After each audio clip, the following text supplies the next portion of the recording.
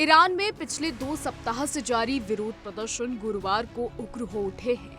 Iran के निर्वासित crown prince Reza Pahlavi की अपील के बाद राजधानी तेहरान और दूसरे शहरों में बड़े पैमाने पर लोग सड़कों पर उतर आए। ये 2 हफ्ते से जारी रैलियों में अब तक का सबसे बड़ा प्रदर्शन था। इसके बाद ईरानी शासन ने बड़े पैमाने पर सुरक्षा बलों को उतारा है। बता दें, देश भर में इंटरनेट कनेक्टिविटी रोक दी गई है और टेलीफोन लाइनों को बंद कर दिया गया है। इसी बीच अमेरिका के राष्ट्रपति ट्रंप ने इस्लामिक शासन को प्रदर्शनकारियों के खिलाफ बल प्रयोग न करने की चेतावनी देते हुए आगाह किया है। ट्रंप की धमकी के बाद ईरान के एयर स्पेस को बंद कर दिया गया है। बता दें, रिपोर्ट्स के अनुसार तेहरान समेत अलग अलग हिस्सों में हजारों लोग सड़कों पर उतर आए। लोग खामनेई मुर्दाबाद और उन्हें सत्ता से हटाने के नारे लगा रहे थे। कई वीडियोस में सड़कों पर आगजनी की घटनाएं सामने आई हैं। ईरान में आधी रात को सरकार ने प्रदर्शनकारियों को रोकने के लिए सख्त कार्रवाई शुरू कर दी है। वहीं गुरुवार देर रात प्रदर्शनकारियों के सड़कों पर उतरते ही इंटरनेट एक्सेस और फोन सेवाएं काट दी गई हैं। कई क्षेत्रों में नोटिस टू एयरमैन यानी नोटम जारी किया गया है। बता दें, हवाई खतरों की स्थिति में जारी किया जाता है और जो पायलटों को अलर्ट पर रहने का संकेत है।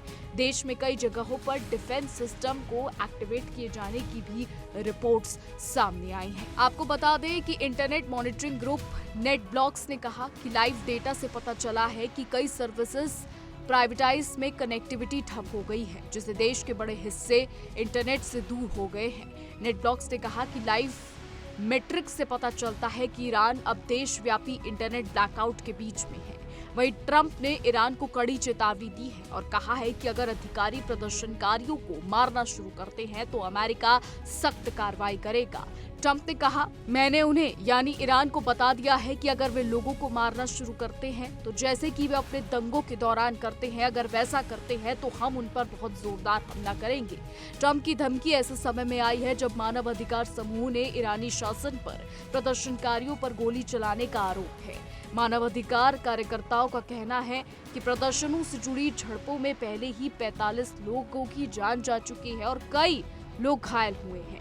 आपको ये भी बता दें कि ईरान में इस वक्त प्रदर्शन तेज हो गया है और कहीं ना कहीं डोनाल्ड ट्रंप की भूमिका यहाँ पर नजर आ रही है, क्योंकि ट्रंप ने इससे पहले भी ईरान को धमकियां दी। जी हाँ, बिल्कुल, ट्रंप इससे पहले भी ईरान को कई बार धमकी दे चुके हैं। हालांकि अभी कुछ ही दिनों पहले यानी साल 2025 में ट्रंप ने ईरान पर हमला किया था, ईरान की न्यूक्लियर साइट्स पर हमला किया था। कई न्यूक्लियर साइट्स ईरान की तबाह हो गई थी। नंताज, इस्फहान, फौज, जिस पे ईरान ने ये दावा किया था कि उसकी न्यूक्लियर साइट्स को कोई भी नुकसान नहीं पहुंचा है।